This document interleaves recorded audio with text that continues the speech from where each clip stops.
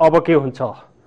पक्कै पनि दर्शकवृन्द, गएको भदौ 23 र 24 गते यो देशमा भएको जेएनजी विद्रोहपछि मुलुकको राजनीतिक घटनाक्रम नयाँ ढङ्गले विकास भइरहेको मात्रै छैन, मुलुकको भविष्य अब के हुन्छ, मुलुकको राजनीति कतातिर जान्छ र मुलुकभित्र राजनीतिक नेतृत्वले त्यो नेतृत्वदायी भूमिका निर्वाह गर्न सकेन भने यहाँको सांस्कृतिक यावत पक्षहरूमा के कस्ता प्रभाव पर्दछन् भन्ने विषयमा रहेर हामी निरन्तर संवाद, छलफल र निष्कर्ष गरिरहेका छौँ। दर्शकवृन्द, आज हामी खास गरी जेएनजी विद्रोह नेपालको राजनीतिक आन्दोलनको एउटा युवाहरूको चाहिँ आवाज थियो र जसलाई राजनीतिक दलहरूले यसलाई अपनत्व लिने र यसको अस्तित्वसँगै समग्र जेएनजीले देखेका सपना र उनीहरूका योजनालाई सम्बोधन गर्न दलका नेताहरूले सक्छन् कि सक्दैनन्, अर्थात् किन यहाँ जेएनजी आन्दोलनलाई विषयान्तरण गर्ने र यसलाई राजनीतिक रूपमा भन्दा पनि यसलाई हिंसात्मक र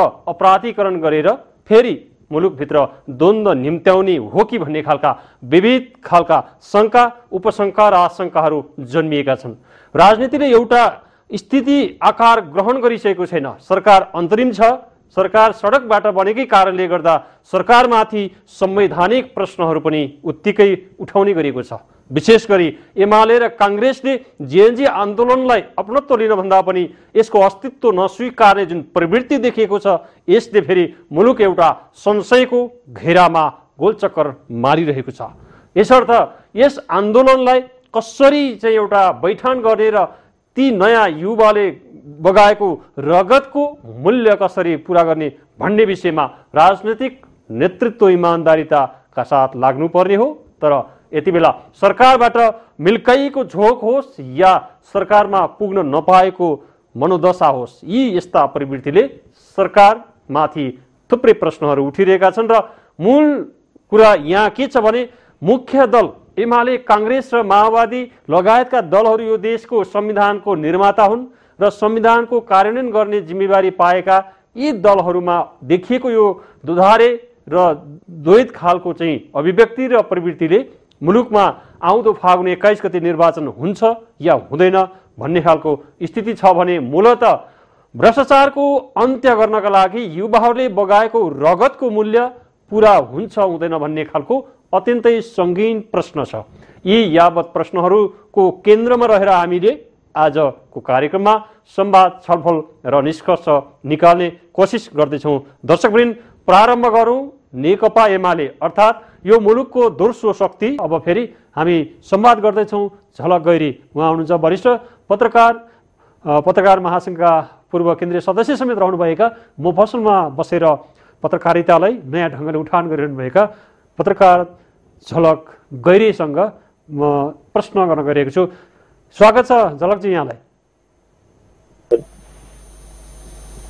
हजुर धन्यवाद, म सुन्दैछु यहाँलाई, धन्यवाद। हजुर, जस्तै अहिले गएको भदौ 23 पछाडिको एउटा राजनीतिक एउटा स्थिति परिस्थिति परिवेश बन्यो र मुलुकमा भएको भ्रष्टाचारको विरुद्धमा नयाँ पुस्ताले आवाज उठायो।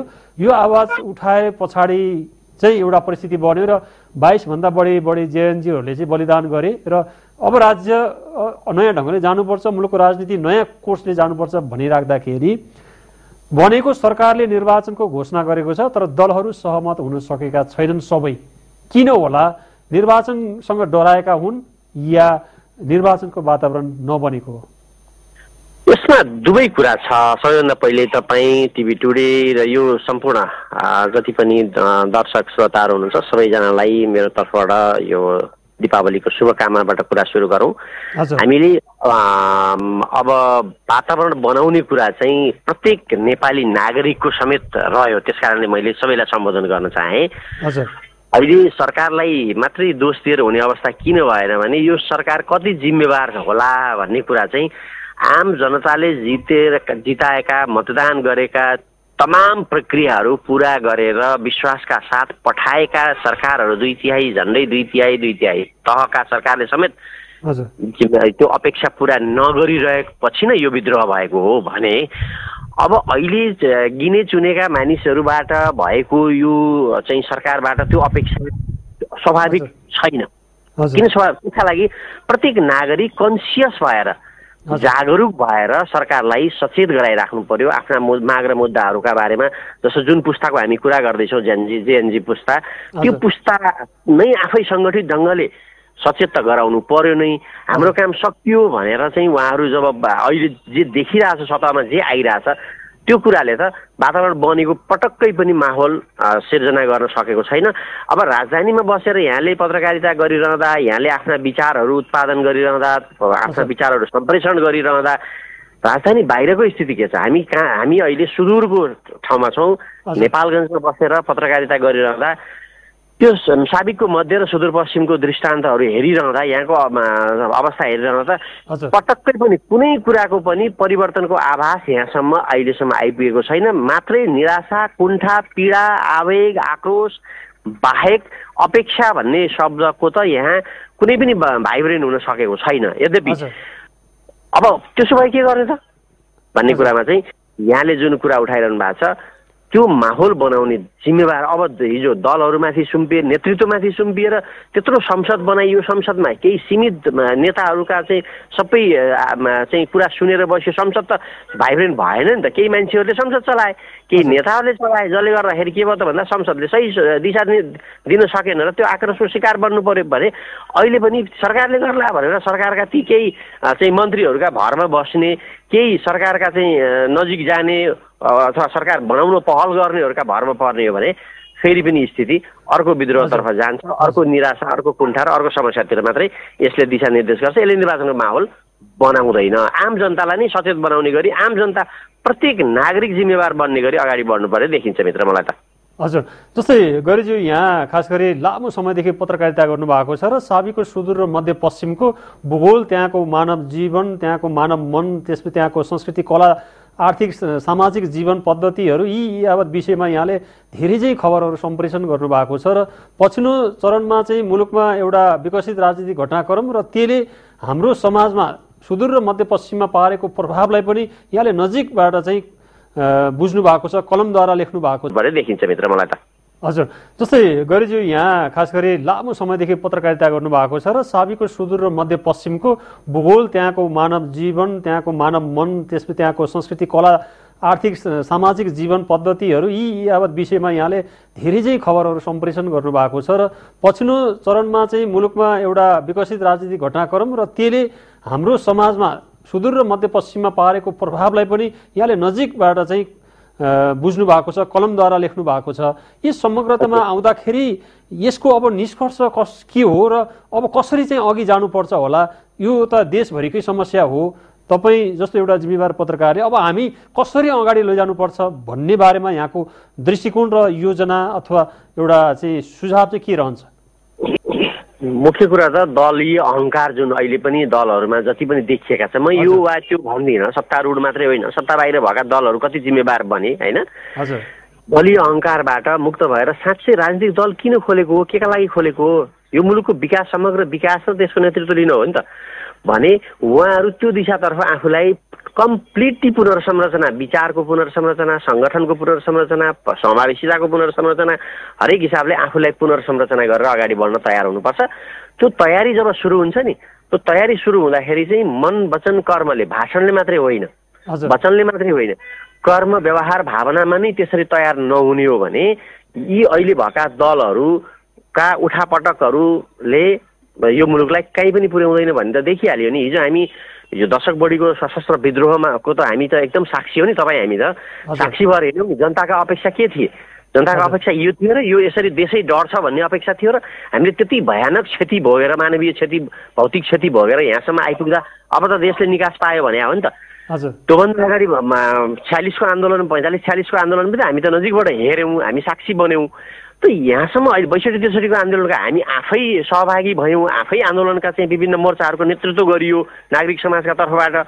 त यी सबै के हरेक वर्ष यसरी नै परिवर्तनका नाममा मुलुक डढाउँदै जाने मात्रै भयो? यसले जुन तात्विक भिन्नता के त भन्दा स्वाभाविक विकासका क्रममा पनि यहाँसम्म आइन्थ्यौँ कि भन्ने लाग्ने चाहिँ कहिले आइन्छ 44-45देखि अहिले 82-83सम्म आइपुग्दाखेरि चाहिँ होइन यति कुरा त स्वाभाविक परिवर्तनले पनि हुन्थ्यो कि अथवा त्योभन्दा अझ झन अगाडि राम्रो थियो कि जस्ता कुराहरू जुन ढङ्गले हामीलाई एउटा खालको यो उमेरमा आइपुग्दा यो समयमा आइपुग्दा जुन एउटा पछाडि फर्किँदा होइन हामी आन्दोलन गरेर पो गलत गऱ्यौँ कि भन्ने जुन अवस्थामा हामीलाई पुर्यायो नि यो देशमा दलहरूले अब यो जेएनजी पुस्तालाई हेर्नु होला हाम्रो उमेरसम्म आइपुग्दा ओहो हामीले देश डढायौँ हाम्रो काँधमा किनभने जेएनजीको काँधमा बन्दुक राखिएको छ जबकि त्यो दिन बाँकेमा पनि आन्दोलन भए आन्दोलनका नाममा को चाहिँ अग्रसर थिए कसले आफ्नो स्वार्थ सिद्ध गरेका थियो भन्ने कुरा त समयअनुसार खुल्दै जान्छ यो जेएनजी पुस्ताले त अघिल्लो दिन गरेको शान्तिपूर्ण आन्दोलन र उनका मागप्रति त आम जनता हामीले साथ दिएको हो नि त हाम्रा छोराछोरी गएका हुन् नि आन्दोलनमा त भने दोस्रो दिन के भयो दोस्रो दिन किन त्यस्तो भयो अब यो विषय त बडा भयानक छ हेर्नुहोस् सोच्यो भने पनि आङजिरिङ्ग हुने स्थिति छ भने हजुर जस्तै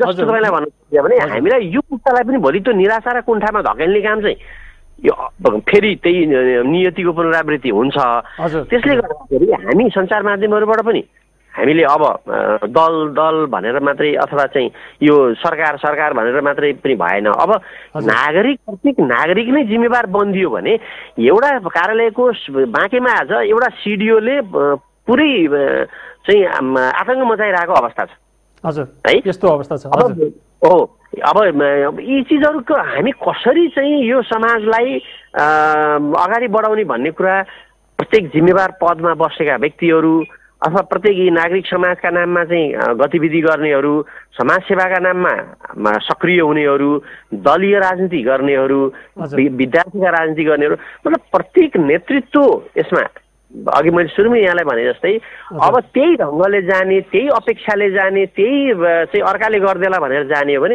हामी फेरि घुमिफिरी त्यही हुन्छौँ फेरि हामी अझ समस्यामा जान्छौँ त्यसले गर्दाखेरि सञ्चार माध्यमहरूबाट पनि हामीले सम्प्रेषण के गरिदिनु पर्ने देखिरहेको छु मैले त भने हामी अब प्रत्येक नागरिक कसरी जिम्मेवार बनेर जान सक्छौँ त्यसका के टुल्सहरू हुन् अब दलहरूलाई किन हामीले चाहिँ किन यो अवस्थामा पुग्यो त हेर्नुहोस् त दलमा कहाँनिर चाहिँ रियलाइजेसन भन्ने दलीय नेतृत्वमा सत्ता मात्रै भनिन्छ भने सत्ता शासन सत्ता सबै नेतृत्वमा रियलाइजेसन त अहिलेसम्म कहीँ पनि मैले त महसुस गर्न सकेको छैन जस्तै यही विषयमा रहेर यहाँसँग मैले फेरि अर्को जिज्ञासा राखेँ केन्द्रमा नेतृत्व गर्ने दलहरूमा नेताहरूमा त्यो कुनै खालको चाहिँ रियलाइजेसन भएन ग्लानी पछुतो भन्ने जिल्लामा पनि छैन बिल्कुल जिल्लामा होइन टोलमा पनि छैन जिल्लामा पनि त्यस्तै छ भनेपछि होइन यो तमासा बुझाएको छ नेताहरूले यो घटना यत्रो भयानक घटना यति विशाल घटनाक्रम यति विशाल विद्रोहलाई यो चाहिँ बिल्कुल तमासा बुझाएको छ अब एउटाको दोषारोपण गरिदिन्छ यो विदेशीको इसारामा भयो भनिदिन्छ अर्को केमा भनिदिन्छ अनि आफूहरू मुक्त हुन्छन् हामी त महान गर्छौँ भन्छन् फेरि जनताको माझ जान्छौँ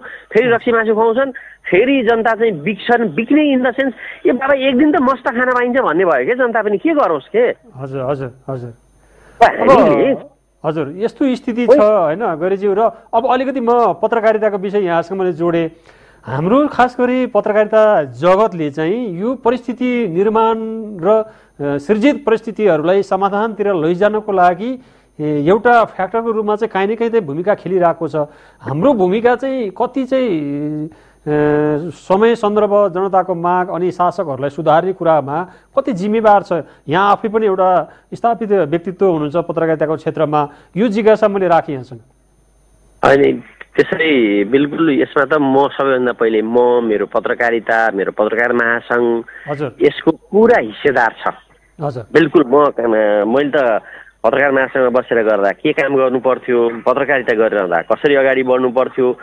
म आफैले मैले जे जाने हाम्रो पुस्ता कस्तो भयो भने हामीले पत्रकारिता धेरै सुधारको बाटोमा अगाडि बढेको हिजो हामीले जुन पत्रकारिता मिसन पत्रकारिता भन्दै व्यावसायिक पत्रकारितासम्म आइपुग्दा बगैर कुनै गाइडलाइन बिना कुनै एउटा चाहिँ मार्गनिर्देशन बिना जुन स्वाभाविक ढङ्गले यो पुस्ता अगाडि बढ्यो हाम्रो पुस्ता त्यो पुस्ताले त बहुत जिम्मेवार पत्रकारिता गरे हेर्नुहोस् अब आज आएर के गर्दैछौँ अब तपाईँ हामी साक्षी छौँ यसका तपाईँ हामी यसका भुक्तभोगी छौँ प्रविधिको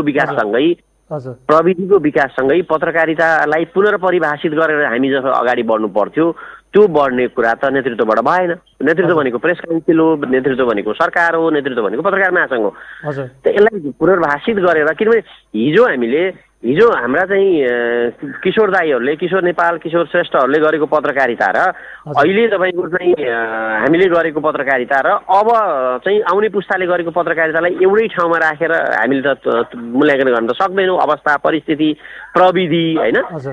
यहाँ पन्नालाल गुप्ताले गरेको पत्रकारिता र झलक गैरले गरेको पत्रकारिता र अहिले अब जेएनजी पुस्ताकै पत्रकारहरू आउनु भएको छ होइन। यसलाई एकै ठाउँमा राखेर हामी तराजुबाट राखेर गयौँ भने हाम्रो बिचको पुस्ता, अघिल्लो पुस्ता एउटा राजनीतिक परिवर्तनमा मिसन पत्रकारिता भनेर लाग्यो। हामी मिसन कम्प्लिट भयो, अब चाहिँ यो देश विकास समृद्धिमा जानुपर्छ भनेर काम गर्ने व्यावसायिकताको धारमा अगाडि बढ्यौँ र अबको पुस्ता चाहिँ बिना गाइडलाइनमा, कुनैको गाइडलाइन छैन, उनीहरूसँग कुनै मापदण्ड छैन, न राज्यको मापदण्ड छ। राज्यले मापदण्ड बनाउँछु भन्दाखेरि अब उनले कुन स्वार्थलाई चाहिँ मापदण्डको केन्द्र बनायो होइन। अहिले यो विद्रोहको जगलाई त कहीँ न कहीँ सामाजिक सञ्जाल नियमनबाट जोडिएको छ नि त होइन। भन्दा यो जगमै टेकेर कुरा गर्ने हो भने त्यो नियमन जरुरी थियो कि थिएन होइन। हरेक पटक थियो नै भनिएको छ नि, त्यो त म त भन्छु छ, थियो, छ र रहन्छ नै।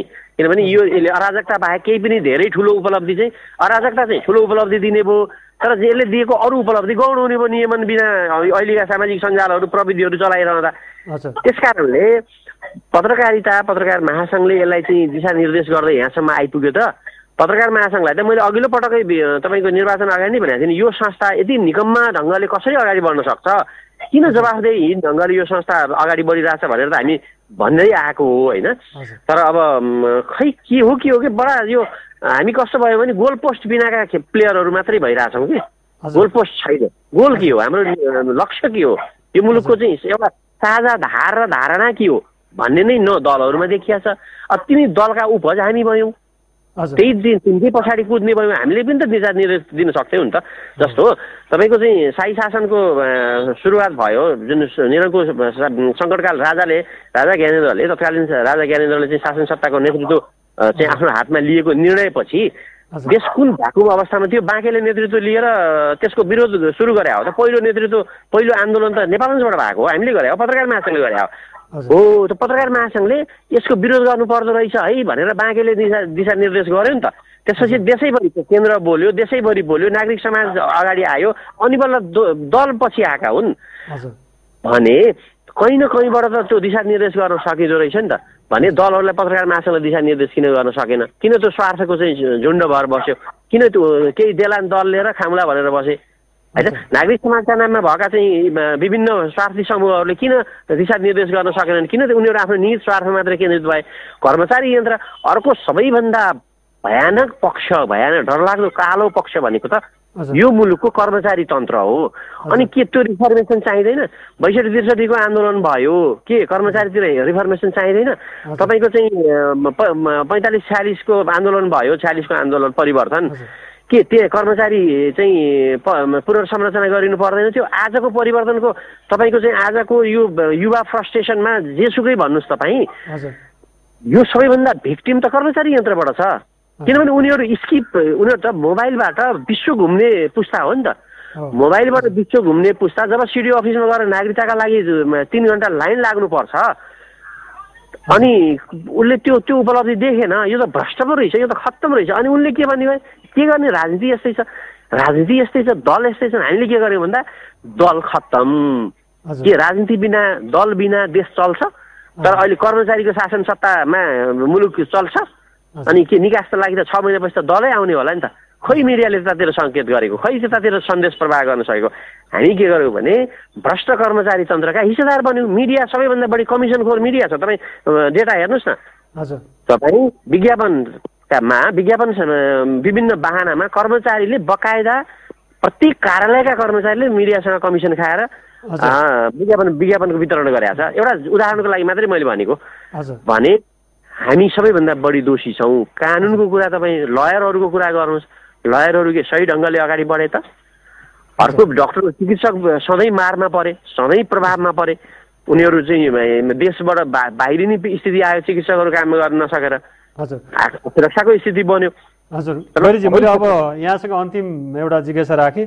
जस्तै जेएनजी विद्रोह एउटा जायज र न्यायिक थियो, हुनु पर्थ्यो र भएरै छोड्यो। यो विस्फोटको एउटा अन्तिम चाहिँ मिति गएको भदौ 23 मा भयो र त्यस पछाडि विद्रोहको हकमा पनि सर अघिल्लो दिनको उहाँहरूको जायज माग प्रदर्शन त्यसलाई ह्यान्डल गर्ने ढङ्गले जुन ह्यान्डलै गर्न नसक्ने गरी चाहिँ हामीले बोल्दा हामी बिट मार्न सकेनौँ, कन्क्लुड गर्न सकेनौँ भने हाम्रो संवादको पनि अर्थ हुँदैन। त्यस्तै पुस्ताले पनि आन्दोलनको मेकानिजम, डिजाइन, नेतृत्व यसलाई पनि हामीले कसरी अब त स्वाभाविक नमान्ने उपाय नै छैन, किनभने परिस्थिति मैदान त दलले दियो भने, शासन सत्ताले दियो भने होइन, नेतृत्व शासन, त्यस कारणले त्यसलाई स्वाभाविक मान्ने कुरो रह्यो। तर दोस्रो दिनको अराजकता, देशभरिको अराजकतालाई हामी विद्रोह भनेर हिजो जसरी चाहिँ हत्या, हिंसा, बलात्कारका चाहिँ दोषीहरूलाई जसरी अहिले मैदानमा छोडेर समाज विशृङ्खल भएको छ नि, फेरि हामी यो 24को अराजकतालाई पनि हामीले यसै गरी छोडिदियौँ, विद्रोह हो भन्यो भने हेर्नुहोस्, नेपालगञ्जका सरकारी कार्यालय जलाउनेहरू त जीएनजी पुस्ता थिएन के। अब काठमाडौँमा के छ तपाईँहरू भन्नुहोस्। तर यहाँ त कम्प्लिटली डाका, चोर, फटाहरू, सीमापारीबाट आएका क्रिमिनलहरू सहभागी छन्। छोडिदिने, विद्रोह भनेर छोडिदिने, अहिलेको सरकारले त्यसरी पनि सोच्नुहुन्छ, त्यसरी बोल्नुहुन्छ, हुँदैन। अहिले त असुरक्षाको स्थिति, घर घरमा असुरक्षाको स्थिति छ अहिले। मान्छेले व्यवसाय किन गर्ने? मैले व्यवसाय गर्छु, भोलि आएर मैले ठुलो घर किन बनाउने, मेरो घरमा आक्रमण हुन्छ, मैले घरमा सामान किन ल्याउने, आगो लगाइन्छन्। भयानक भयो सर, मुलुक त यस्तो अराजकतामा प्रवेश गर्दैछ। अब त प्रत्येक नागरिक जिम्मेवार भएर राजनीतिक वातावरणलाई चाहिँ स्वच्छ सन्तुलित बनाएर अब चाहिँ निर्वाचनको वातावरण बनाउने, एकदम आम जनतालाई निर्वाचन किन महत्त्वपूर्ण छ, पैसा दिनेलाई होइन कि तपाईँ जीवन दिनेलाई मत दिनुहोस् भन्ने ढङ्गले चाहिँ हामीले अलिकति वातावरण चाहिँ मिडियाको ठुलो रोल छ है। मिडिया त्यसमा पनि मेन स्ट्रिम मिडिया किन भनेको भने जिम्मेवार हामी बन्छौँ कि। अर्को त त्यो अब फेरि के भन्नु छ, यो प्रविधिको प्रयोग गरेर फेसबुक चलाउँदैन म मिडिया हुँ भन्नेलाई पनि जिम्मेवार बनाउने कसरी हो भन्नेतिर सोच्नु जरुरी छ कि। हजुर, धन्यवाद। अत्यन्तै महत्त्वपूर्ण विचार राखिदिनु हो, त्यसको लागि धन्यवाद। यहाँलाई यो मेरो विचार सम्प्रेषणको माध्यम बनिदिनु भएकोमा धेरै धेरै धन्यवाद। दर्शकवृन्द, उहाँ हुनुहुन्थ्यो झलक गैरी, लामो समयदेखि पत्रकारिता गर्दै आउनुभएका र मोफसलमा बसेर पत्रकारितामा क्रियाशील रहनुभएका व्यक्तित्व हुनुहुन्छ र उहाँसँग हामी समग्र मुलुकको अहिलेको अवस्था र अब खास गरी आम सञ्चारले चाहिँ निभाउनु पर्ने भूमिकासँगैका विषय राखेर उहाँसँग संवाद गऱ्यौँ। पक्कै पनि मुलुकलाई कसरी चाहिँ व्यवस्थित गर्ने र मुलुकलाई सही दिशामा कसरी लैजाने भन्ने विषयमा आम सञ्चारको पनि त्यतिकै भूमिका हुन्छ जति राजनीतिको हुन्छ त्यतिकै। तसर्थ हामीले सम्प्रेषण गर्ने हरेक समाचार, हामीले सम्प्रेषण गर्ने हरेक सामग्रीहरूले ती तथ्यमा आधारित हुनुपर्छ र कसैलाई भड्काउने र कसैलाई चाहिँ खेद्नका लागि भन्दा पनि सत्य तथ्यका आधारमा हुन सक्यो भने समाजमा त्यो सही सन्देश जान सक्छ, गलतहरू सच्चिन सक्छन् र सही मानिसहरूले समाजको नेतृत्व गर्न सक्छन्। तसर्थ सरकार मात्रै होइन, आम नागरिक र आम सञ्चार क्षेत्र पनि जिम्मेवार बन्नुपर्छ भन्ने उहाँको सुझाव र निष्कर्ष छ र यति बेलाको संवादले पनि यही भनेको छ र हामी पनि यही चाहन्छौँ। जिम्मेवार पत्रकारिताको माध्यमबाट राज्यलाई सशक्त रूपले सृजनात्मक तरिकाले खबरदारी गर्ने र जनतालाई सही सूचनाका माध्यमबाट सुसज्जित गर्दै देश बनाउनुपर्छ भन्ने हाम्रो पनि साझा सङ्कल्प हो। त्यो सङ्कल्पमा आम दर्शकले पनि साथ दिनुहुन्छ र दिनुपर्छ पनि भन्दै अब यस कार्यक्रमको सिलसिलामा खास गरी निर्वाचनको विषयसँग जोडिएर जनता समाजवादी पार्टीका नेता अर्थात् सङ्घीय परिषद अध्यक्ष राजेन्द्र श्रेष्ठले निर्वाचनको विषयमा आफ्नो धारणा राखेको विषय अबको प्रस्तुतिमा अब यो हेरौँ। अहिले जुन 2082 फागुन 21 गतेको लागि निर्वाचन घोषणा भएको छ, त्यसको सन्दर्भमा निर्वाचन आयोगले अब निर्वाचन मैत्री वातावरण बनाऊ र सफलताका साथ निर्वाचन सम्पन्न गरौँ भनेर चाहिँ सबै दलहरूलाई अनुरोध गरेको छ। अब यस सन्दर्भमा त्यहाँ छलफलका क्रममा विभिन्न कुराहरू उठ्नु